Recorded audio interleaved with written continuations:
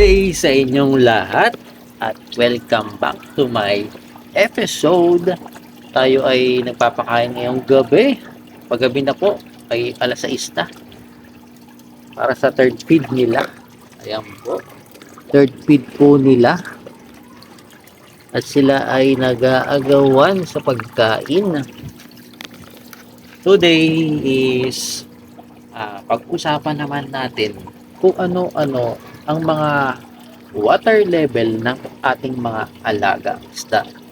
Dahil nga tayo ay meron tayong oranda, meron tayong rayukin, at nawala lang tayo ay rancho.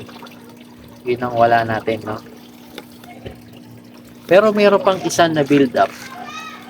Ito ay parang crossbreed ko ng, bigyan ko lang ng idea sa nabuo na isang isda, pero hindi pa siya totally na dumadami, bilang-bilang pa lang sa mga nag-aalaga dito, tulad ng isang, kung ewan ko lang kung na ano nyo na, kung narinig nyo na yung Demiken. Ang Demiken is crossbreed na build up siya ng cross siya sa isang Ryukin at saka Blackmore. Ganun yung ano niya, ang style niya. Ang disenyo niya ng pagka ano niya, itsura ng lumabas. Kung makita nyo ang Blackmore, kung nakita na kayo ng mga Blackmore, yun yung may mata na nakalabas. Dalawa yun. Tapos mahaba yung mga fins. Mga fancy goldfish style siya. Usually, ang mga ganon is itim. Purong itim. Kaya tinawag siya na Blackmore. Ngayon, meron isang breeder na nag-crossbreed doon sa Ryukin. At lumabas nga yung ganun itsura. Pero merong dalawang klase, variety. Isang short tail at saka isang long tail. Pero yung mukha niya is yung mata nakalabas. Yun, yung nakalabas na yun, nagano dito sa, nakita ko yun nung last, 2 years ago. Nakita ko na yung Demikin na yun. Kasi meron na rin kasi ako na Demikin dati na hindi naman siya totally na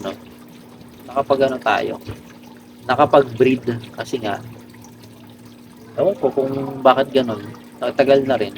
Parang katulad nung Black Oranda ko. Nalagaan natin, lumaki, nagbigay naman sa atin ng eggs. Kaso nga lang, yung mga eggs is color white. Ganun din na nangyari dito sa ating Black Oranda. Ito to. Ayan, nakita nyo. Dito na siya. Nakita na natin. Ayan, nakita nyo. Ayan po ang aking Black Oranda female. Ganyan siya. Ayun. Yung nangyari yun, tumagal naman sa akin. Tapos nagpa-itlog tayo doon. Pero hindi. Nakapagpabuhay tayo. Pero nag-failed yun. Tapos yung sumunod na taon, wala na. Hindi na sa atin nakapagbigay. Tapos hindi na rin siya nakapag-survive sa taon na kasi magdadalawang taon na rin yun. Lumaki sa akin yun. Hanggang sa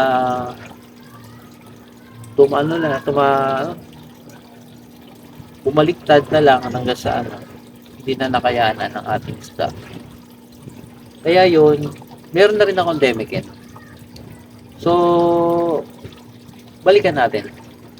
Pag-uusapan natin ngayon tips para sa ating mga inaalagaan katulad ng mga oranda, rayukin, oranda natin. Ang mga oranda, kung magsisimula tayo sa baby, mga fry, siyempre, okay lang sila na mababa pa lang yung mga nila. Mula ka day 1 hanggang sa mga day day 60, okay lang po doon na mababa lang yung water level, at least mga isang tangkal is ano na to eh, parang 6 inches. Pero bagong fry pa lang, at least mga 4 inches po sa mga fry, mga 1 month po yun. Tapos kapag na gano'n na 30 days na lumagpas na siya, pwede na kayo magtaas ng level, at least mga 6 yun. Kapag medyo adult na siya, umabot na siya ng mga 4 cm, pwede nyo na siyang ilagay dito sa water tank na ganito katataas. Ito po ay, ang sukat nito ay 18 yung taas niyan, pero hindi naman tayo nagpupuno na mataas, mga ganyan lang. Pwede nyo na ilagay yung mga isda nyo, tulad nung ano ba maliit ko, ito to, mga 4 cm na yan eh. 4 cm, pwede nyo na ilagay yung ating isda, lalo na kung nag-groom kayo. Ngayon, merong sikreto na isang pag-groom, isang tips na ito, bibigyan natin tips na ito. Kapag nag-groom kayo, usually sa akin, yung experience ko lang para sa akin, meron akong 50 gallons. Ang 50 gallons ko is isang peraso. Isang peraso hanggang 2 perasong isda para sa akin. Enough na yon kapag mag-groom ako. Ngayon, ang ating water level doon is tama lang din, pares lang. Tulad ng mga simple standard na 18 by 36 by 18. Ayun yung sukat ng ating aquarium dati, nag-groom tayo. Tapos mayroon tayong sariling filtration. Siyempre, kailangan natin ng filtration dyan. Kapag nag-groom tayo, minsan hindi natin pwedeng samahan na iba pa. Para sa akin, hindi pwede. Kasi mas maalanganin ang aking mga alaga kapag nag-groom ako. Bakit po? Kasi ang ating ginugroom ay nag-feed tayo ng marami.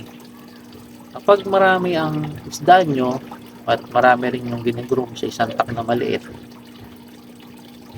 ayun po ay madalas nagbabawas. So, may hirapan ng ating mga isda na lumaki, lalong-lalo na kapag sumali ka sa mga grooming challenge. Ang grooming challenge is 90 days ang duration ng mga ano nila, ang mga palaro kung sasali ka sa ganun. Ngayon, ang ating water level doon, para hindi sila masira at hindi naman dito, hindi ito hindi maganda, meron tong sikreto.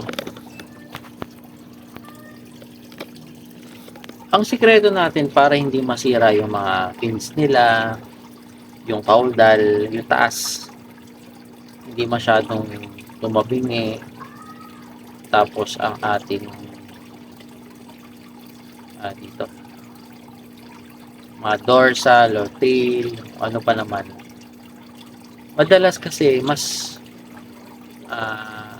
hindi natin dapat magbigyan sila ng mataas na aeration para hindi masira ang swim pattern nila at saka yung mga fins nila ng caudal, para buo pa rin at hindi sila dito, para hindi masyadong baksak. Kasi mayroon nagkakaroon ng fault dun eh. Sa judging, mayroon score din yun kapag hindi maganda yung mga fins nila. Minsan tabingi, bumabalik ko. Merong incident na gano'n nangyayari.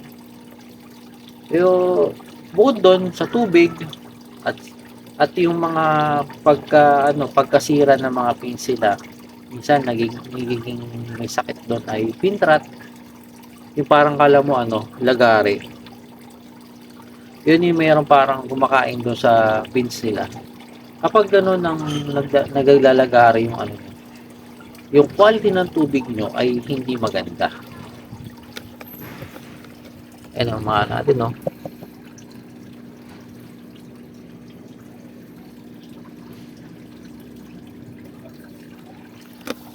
Medyo sensitive kasi kapag pag sumasali kayo, medyo gawin yung sensitive ang inyong mga alaga, lalo na kung yung group. Kasi competition yon, maraming variety na na rules na dapat yung sundin para manalo rin kayo.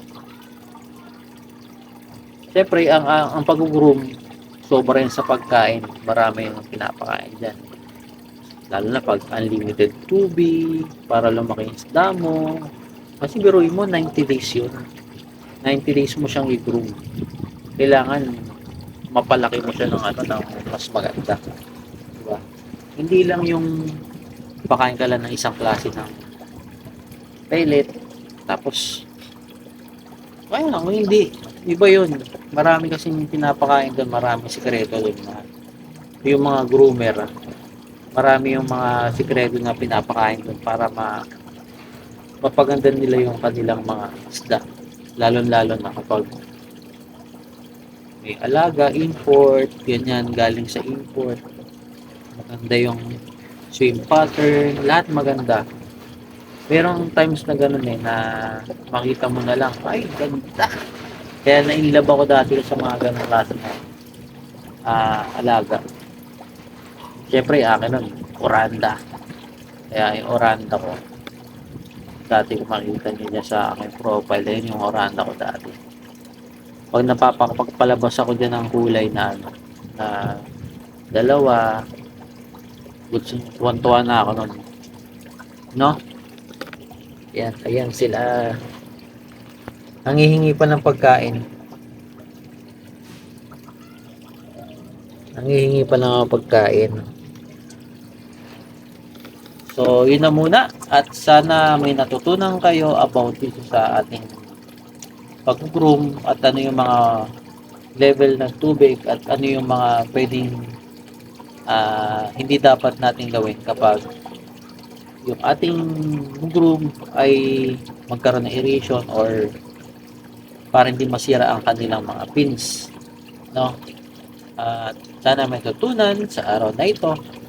At dito ko natatapusin ang aking video. Salamat po sa panonood. Peace out and God bless sa inyong lahat.